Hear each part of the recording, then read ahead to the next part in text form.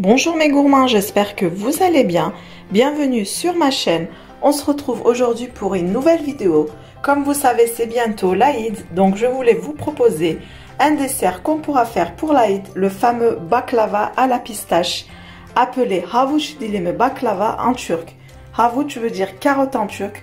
Comme il a la forme d'une carotte, c'est pour ça qu'on l'appelle de cette façon-là. Regardez-moi cette petite beauté. J'espère que ma recette va vous plaire. Allez, c'est parti pour les ingrédients. Pour les ingrédients, il va nous falloir un plat de taille moyenne, de la pâte à filo, moi j'utilise la marque Murat, 500 g. Il va nous falloir pour badigeonner 200 g de beurre qu'on va faire fondre et on va rajouter dedans 50 g d'huile. Il va nous falloir 150 g de pistache. Vous pouvez utiliser de la noisette ou bien noix de cajou, c'est comme vous voulez. Moi je vais faire à la pistache aujourd'hui. On va faire bien sûr un sirop avec 400 ml d'eau et 350 g de sucre en poudre avec quelques gouttes de citron. Voilà pour les ingrédients. Tout sera écrit en barre d'infos. Allez, c'est parti pour la recette. Je vais d'abord faire fondre mon beurre et dès que le beurre il est fondu, je vais rajouter les 50 g d'huile. On a fait fondre le beurre et on a rajouté l'huile dedans. Alors là, ce qu'on va faire, on va enlever la mousse blanche qu'il y a dessus. Car si on met cette mousse sur la pâte à filo, ça va la brûler. Donc c'est parti pour enlever. On va essayer d'enlever le maximum possible. Hop, comme cela. Comme ça, notre pâte à filo ne brûlera pas. Voilà. Et on continue de cette façon-là.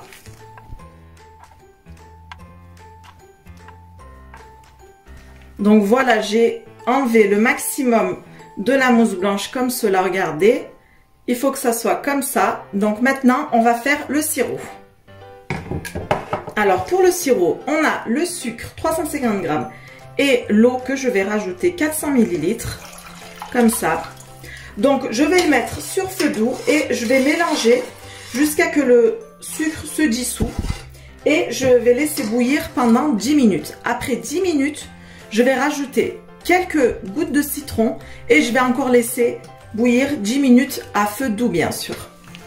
Donc là on a étalé la pâte filo et on va couper par rapport à notre plat. Donc on va mettre notre plat sur les pâtes à filo et justement on va couper tout autour pour avoir la bonne taille. Allez, c'est parti. Alors on a coupé par rapport à la taille du plat. Donc ça, je vais les prendre. Pour l'instant, je vais le mettre de côté. Hop. Ici. On va déjà commencer par utiliser les bords. Je vais couper un petit peu comme cela. Et on va utiliser d'abord cela. C'est parti. Alors, je vais d'abord un petit peu beurrer mon plat, comme cela. Hop. Après, je vais mettre une pâte filo ronde qu'on a coupée pile à la taille, comme cela. Donc, hop, elles se sont craquées, ça se craque très vite.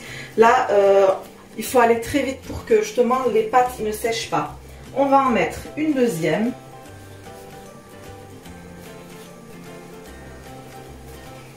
Comme cela. Hop.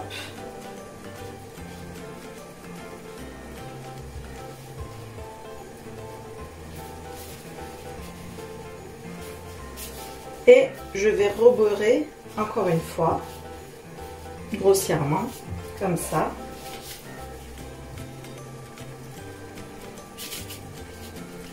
De cette façon-là. Et on va commencer à mettre justement les côtés qu'on a coupés.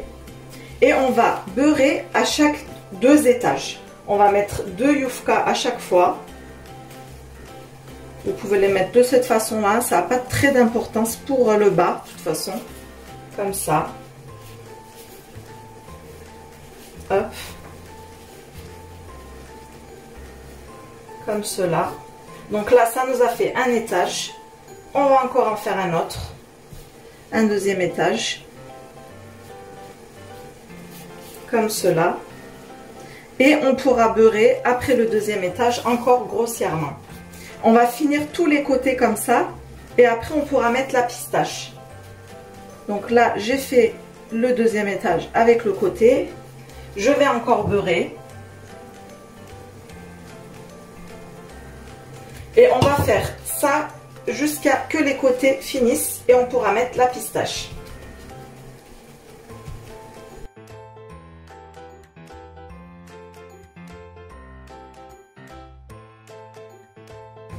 Donc là, j'ai mis bien tous les côtés de la pâte phyllo. Il n'y a rien du tout à la poubelle. On utilise bien toutes les pâtes. Donc là, il me reste que les rondes, celle-là. Donc là, je vais encore beurrer grossièrement celle-là. Toutes les deux couches, je répète, toutes les deux couches, j'ai mis grossièrement du beurre, comme cela. Là, on va mettre la pistache. Et on va pouvoir recouvrir avec les autres. C'est parti, comme cela. Vous pouvez en mettre généreusement. Moi, j'aime bien quand il y a beaucoup de pistaches. Comme cela. Hop. C'est magnifique. J'adore. Donc, bien comme ça. Hop, de partout. Je vais mettre un petit peu du beurre comme cela. Et on va commencer à recouvrir avec les pâtes rondes. C'est parti, comme cela. On va en mettre 2. Et on va beurrer. On va en mettre 2 et on va beurrer à chaque fois jusqu'à que ça finisse. Comme cela.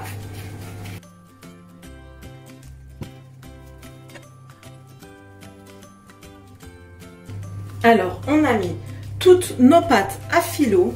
Donc là, on va mettre le beurre restant. Donc, je voulais vous montrer. Il ne faut surtout pas mettre la mousse blanche qu'il y a en dessous. Donc là, on va faire très attention et on va prendre que le beurre. Parce que sinon, la pâte, elle va brûler.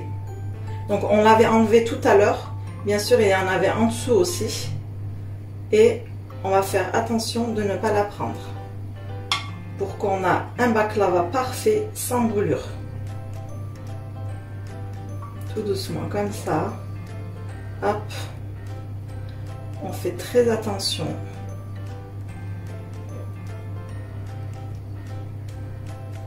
Donc voilà, là ça suffit parce que si je vais un petit peu plus, il y a la mousse blanche qui vient.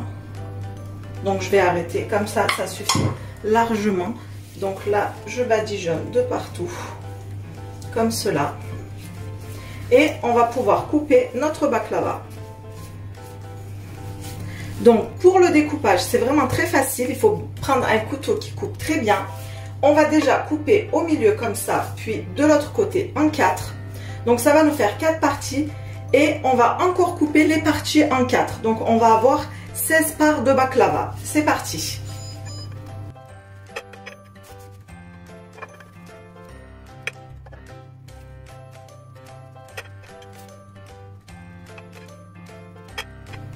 Voilà, on a coupé en 16 parts égales. Donc là, j'ai un peu remis les côtés dedans de cette façon-là, comme cela, à l'aide d'une petite spatule. Si vous arrivez à mettre un petit peu comme ça, ce sera mieux visuellement. Je vais un peu refaire les parts avec ma spatule comme cela.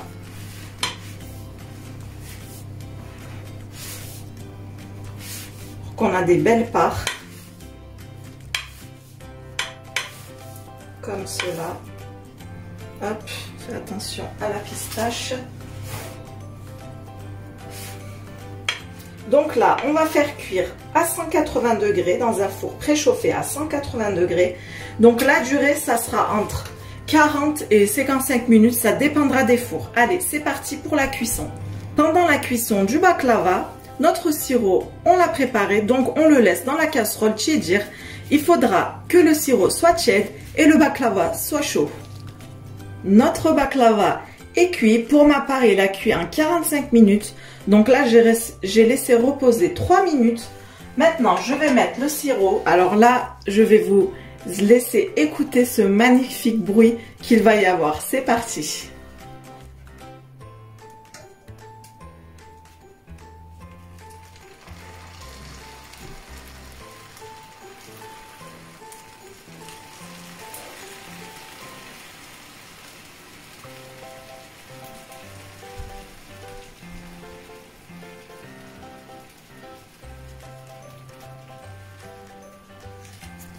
Donc voilà, on a mis le sirop. Maintenant, on va laisser se reposer pendant 2-3 heures et après, on pourra le déguster. J'ai laissé reposer le baklava 2-3 heures. Donc, j'ai décoré encore avec de la poudre de pistache. Je me suis mis une part. Et là, regardez-moi cette petite beauté. Regardez-moi ça. Vraiment magnifique. Donc là, je vais vous montrer le bruit que ça fait. C'est parti. Regardez-moi la beauté du baklava. Hop, regardez-moi ça, oh là là. Allez, c'est parti, on va le découper, regardez le bruit que ça doit faire. Voilà, c'est tout à fait ça qu'on veut. Bien croustillant dessus et moelleux en dessous, vraiment la perfection. Voilà, vraiment j'adore. Hop, vraiment super. Regardez-moi ça. On adore.